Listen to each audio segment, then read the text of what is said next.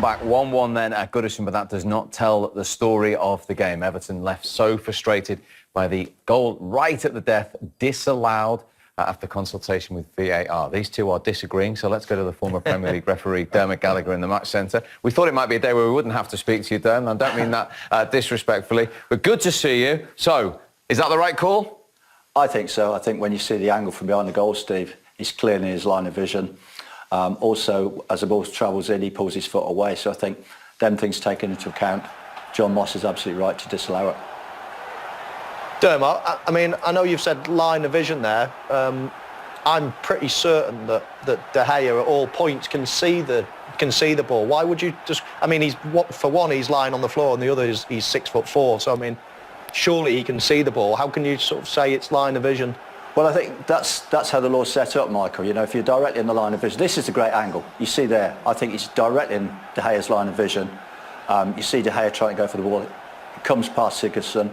He takes his leg away and think, that's the angle that John Moss would go on, and I think that's the angle that proves conclusively that he's right. Dermot, I'm claiming that well... And what about this? As soon as you come on the pitch, I guess as a manager, you're running a risk, are you? Oh, Steve, you run a risk anyhow coming on because you're obviously upset, you know that. He's obviously said something untoward and Chris has taken umbrage and red carded him. You know, it's just a follow-on from the goal, isn't it? He's upset. He'll probably regret it as soon as he gets back to change room, but unfortunately it's too late. The referee. Is that what you say? Or Ancelotti? Ancelotti. I think he'll regret it. Do you not think the referee should be a little bit stronger there and have a bit more understanding about, you know, what's just happened and just let it go? I think the difficulty is, Peter, that we don't know what he said. You know, he could have said anything. He's obviously said something that's really upset Cab, because in them situations, I think referees, you know, myself included, we always take a little bit more stick than we should do. So to react like that, he has gone a step too far. Yeah, I mean, when I first saw the goal, I must admit, I thought, you know, the goal would have been a goal regardless of whether Richarlison was lying on the floor or not. So that's why I'm probably angling towards there was no interfering. So that's why I was probably thinking. Don Hutchison as well in commentary thought the same thing. But I do take your point, Dermot, and as you say, this is the main one. I think moving your legs away, because then that is sort of, you know, you're active. You're allowed to do that. Yeah. Maybe the vision, I'm still a bit debatable on. Well, I think when you look at it, Michael, I think most people would err towards offside there. That for me, this angle is the one that convinced me. When I first saw it, I called offside. When I see that, I'm convinced he's right. Problem with these goal scorers, you see, they just can't accept goals being taken off them, Dermot. It's an old habit that dies hard. But thank you very much indeed for clearing that up for us. No problem. Ollie, how would you describe that game from a Manchester United point of view? Bren, what happened at the start and right at the end? Game of two halves, as you'd say. First half, I thought we were excellent. After a very strange start. You shouldn't be 1-0 down after that. But then that happens, but the reaction was great. Thought we played some fantastic football and got to half-time. We should have been leading at half-time, but second half they threw everything at us. But still, we could have won it with a chance just before they had their chance. So, but we defended well second half. Defended all what they threw at us in the box, and so pleased with the point. What did David De Gea say to you at half-time about the goal? And also, what did Carlo Ancelotti say? Because we saw him come across to you on the touchline. That's just football. That's sometimes it just does something to you. It's crazy sometimes, football. But David, of course, he's too slow there, so he knows that. But that's Dominic Calvert-Lewin for you. He chases everything. He chases paper on a windy day. So he deserved the goal for how he's playing. Did Bruno Fernandes deserve a goal for his overall performance today? It was a good goal. First time passed by Nemanja in our press. Of course, there's a missed pass by them, but Bruno's striking the ball from outside the box. He did have a few strikes, so the goal was good. I think he's always trying to create something, score goals or create chances. So sometimes he misses, sometimes he scores. Also, what about the part that David De Gea played in the goal that eventually was disallowed? Fantastic save. What a great save. That he makes amends there for the down to his right, and then he tells us he gets distracted by the boy in front of him, so Well, I don't know what the rules are saying there. Carlo Ancelotti was incensed the goal wasn't given. Would you have been equally so if it was given? I don't think so. I'd have to accept it because they probably know the rules. But David says he was distracted, so that probably enough to. Even though the reaction, he might not have saved it anyway if he wasn't there. So, well, one each. I think that's what both teams deserved. We had the first half, they had the second half. And in the context of the table, what sort of result is a point? Well, we can't think about the table too much. We just have to think one game at a time. And today it gives us one more point on the board, and in a difficult away game that we know all about. Still in fifth and 3 points behind Chelsea. So in the bigger picture, it might be a crucial point. Well, I like that answer there. That we can't look at the table. We have to take. Well, one we can, game. and we're looking at it. We can, now. but he can't. No. And I think that's right. I think it's right not to put it out there that we're chasing Champions League or that he's setting targets that might just be unrealistic. That he's saying we take it game by game. He said his grand plan is to play a younger team and get a younger team ready for next season. And he's doing that. He's getting players at 18, 19 and 20 years of age. He's giving them game time, so they will be ready and have that kind of experience. And then we have to see, obviously, what happens in the summer. Of course, he wants to be in the Champions League, but I don't think he can go in an interview and say that, because it is a big call. There's a lot of teams there. And, apart from the end, it was a dramatic game all in all, really, wasn't it? It's a fantastic game of football, really a fantastic game of football. And we saw literally everything.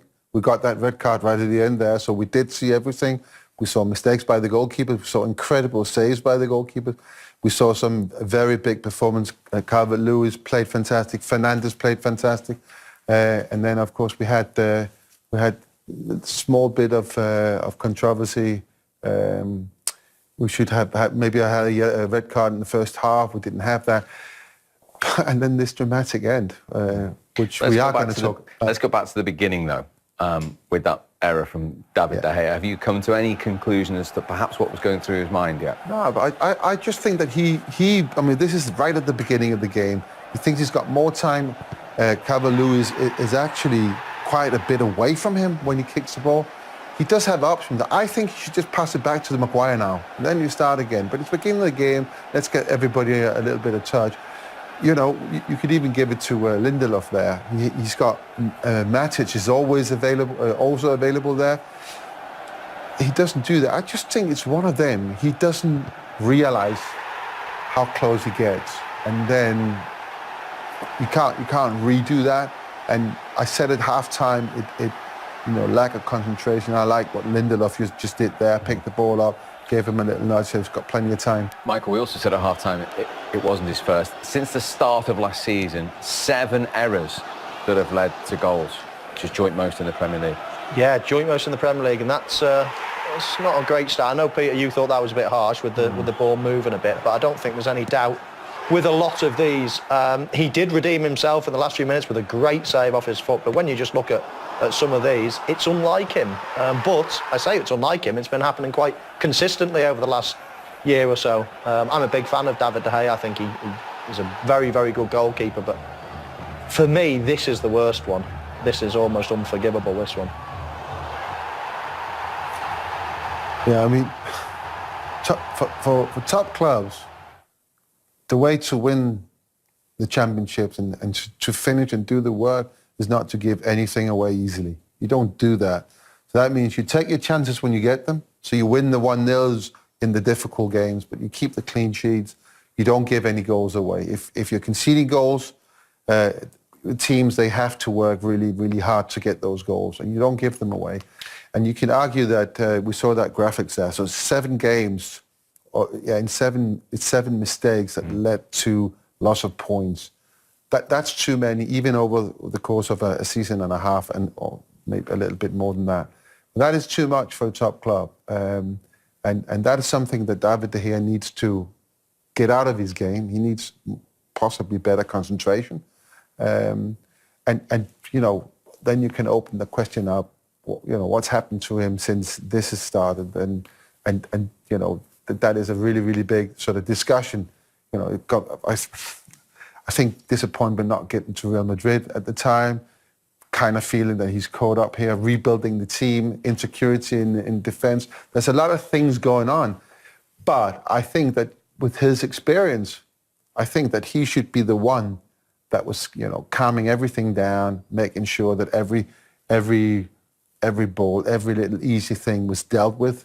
But it's in certain situations it hasn't happened, and that, you know, being called one of the best goalkeepers in the world, then people start to focus on that. And we know that once something is pinpointed on your performances, then you start to think about it. And if it happens again, you kind of start to believe that you have a problem. And that might be why we see David De Gea in these kind of situations. Mentally, though. Of influence, where he just, almost every save he makes, he's coming out and he's running, he's screaming and he's doing all these things, but it looks like it's all out of control. And his goalkeeping sort of mirrors that, mirrors his attitude. And Peter referred to it before the game in terms of he makes erratic decisions. So I just want to see him a little bit calmer. My goalkeeper, if he was going to be my goalkeeper, I'd want to be, you know, seeing him in a much calmer state than he always is. Yeah, you would rather have him conceding that, you know, so that's a goal, and not making this incredible, fantastic save, but then trusting him in everything else that he does, you know, the easy shots. So for instance, when Bruno Fernandes hits the ball, you know, as a defender, you know, that's fine because I've got a goalkeeper there. What you don't want to is because what we do is we have deals with or agreements with our defenders. If this happens or that, you know, you push him out to there, then I'll deal with the angle, I close it down or whatever.